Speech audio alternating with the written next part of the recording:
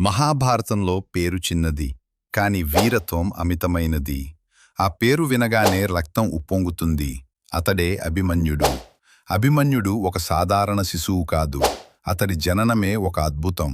తండ్రి అర్జునుడు, తల్లి సుభద్ర. ఒకరోజు అర్జునుడు చక్రవ్యూహమనే అత్యంత ప్రమాదకరమైన యుద్ధ వ్యూహాన్ని సుభద్రకు వివరించసాగాడు. ఆ మాటలు సుభద్ర చెవులకే కాదు, ఆమె గర్భంలో ఉన్న శిశువు చెవులకు కూడా చేరాయి. గర్భంలోనే ఉన్న అభిమన్యుడు చక్రవ్యూహంలో లోపలికి ఎలా ప్రవేశించాలో పూర్తిగా నేర్చుకున్నాడు. కాని విధి విచిత్రం. బయటికి ఎలా రావాలో చెప్పేలోపే సుభద్ర నిద్రలోకి జారిపోయింది. అప్పుడే రాసిపోయింది అతడి విధి.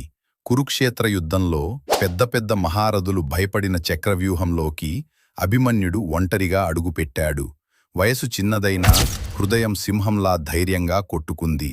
ఎడమవైపు ద్రోణుడు, కుడివైపు కర్ణుడు, ముందు దుర్యోధన సైన్యం, అందరూ కలిసికట్టుగా దాడి చేసినా అభిమన్యుడు వెనక్కి తగ్గలేదు. నియమాలకు విరుద్ధంగా ఒంటరిగా అతడిపై దాడి చేశారు. ఆయుధాలు విరిగినా, శరీరం గాయాలతో నిండినా ఆత్మవిశ్వాసం మాత్రం విరగలేదు. చివరికి అతడు పడిపోయాడు. కాని ఓడిపోయాడా? లేదు. గర్భంలోనే యుద్ధం నేర్చుకున్నాడు. యుద్ధభూమిలో అమరత్వం సంపాదించాడు. అభిమన్యుడు చనిపోయాడు, కాని వీరత్వానికి శాశ్వత నిర్వచనంగా నిలిచిపోయాడు. ఇలాంటి మరిన్ని వీరగాథల వీడియోల కోసం నా ఛానల్ను సబ్స్క్రైబ్ చేయండి. వీడియోకి లైక్ కొట్టండి. మీ ఫ్రెండ్స్తో తప్పకుండా షేర్ చేయండి.